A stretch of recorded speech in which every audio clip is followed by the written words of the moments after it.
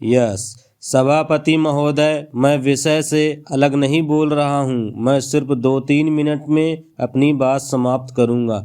मैं निवेदन करना चाहता हूँ कि सरकार को कड़ा रुख अपनाने की मानसिकता बनानी चाहिए। उसके लिए कड़े कानून की आवश्यकता है। इन्हें हम आगे बर्दाश्त नहीं करेंगे।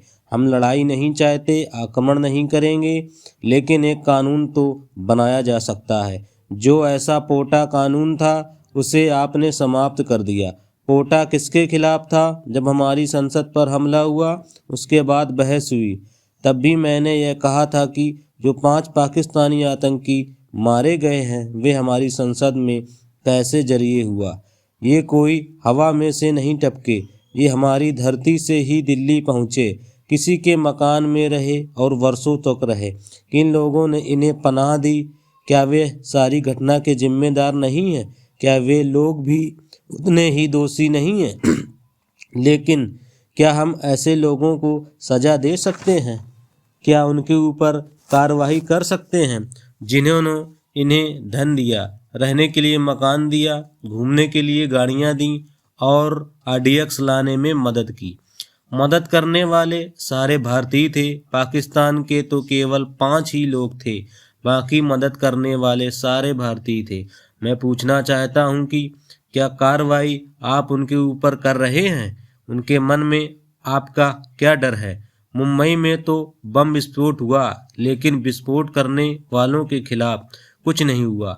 हिंदुस्तान की सरकार का उनको बिल्कुल भी डर नहीं है। मैं कहना चाहता हूं कि उनके मन में सरकार का डर होना चाहिए, लेकिन डर तभी होता है जब कानून सख्त होता है। आप दुबई में चोरी नहीं कर सकते हैं क्योंकि डर है कि चोरी करने पर हाथ काट दिए जाएंगे। दुबई में महिला की तरफ बुरी नज़र से नहीं देख सकते हैं क्योंकि सबके सामने गोली मार दी जाएगी।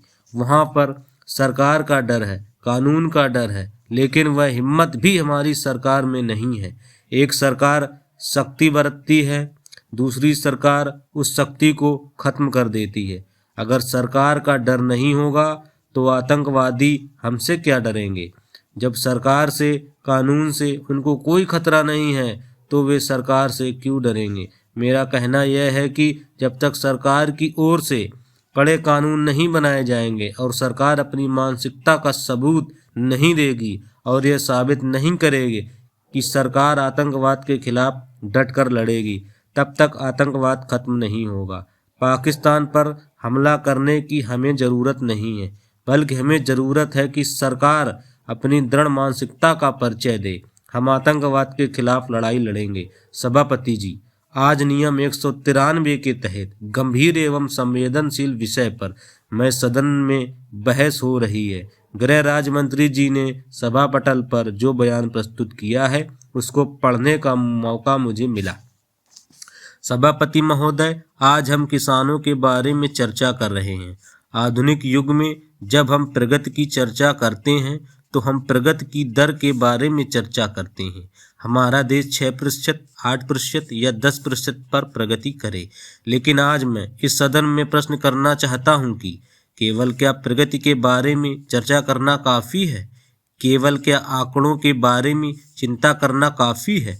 प्रगति रोजगारी के बिना अधूरी है और प्रगति जब तक सीमांत कृषक को राष्ट्र की मुख्य धारा के साथ नहीं जोड़ेगी तब तक वह अधूरी रहेगी। अंततोगत्वा प्रगति पर विकास ग्रामीण क्षेत्र के किसान तक हमें पहुंचना ही होगा। यह हमारी जिम्मेदारी है। महोदय, हमारा देश एक कृषि प्रधान देश है और किसान देश की नींव है। सकल घरेलू उत्पादन की दर का 23% कृषि क्षेत्र से आता है। 56% रोजगार के अवसर कृषि के क्षेत्र द्वारा दिए जाते हैं। इस देश की 70% जनता अपना जीवन यापन कृषि के आधार पर करती है। लेकिन आज क्या स्थिति है कि जहां एक तरफ इंडस्ट्रियल सेक्टर और सर्विस सेक्टर 10 और 15% की दर से आगे बढ़ रहा है, वही कृषि का क्षेत्र केवल 2 या 3% की दर से आगे बढ़ रहा है। क्या यह न्याय है कि देश की 70% जनता केवल 2% के आधार पर आगे बढ़ पाए और 30% जनता टापू की तरह 15% की दर से आगे बढ़ जाए? आज हमें जवाहरलाल नेहरू जी की याद आती है। उन्होंने कहा था कि सब कोई इंतजार कर सकता है लेकिन किसान इंतजार नहीं कर सकता है। हमारे परिवार का महाराष्ट्र के साथ बहुत गहरा ताल्लुक है। विदर्भ में 9 साल पूर्व यह नारा निकला था, उत्तम खेती, मध्यम व्यापार और कनिष्ठ नौकरी। लेकिन वर्तमान भारत में क्या स्थिति हो चुकी है, क्या आप और हमें सबको पता है?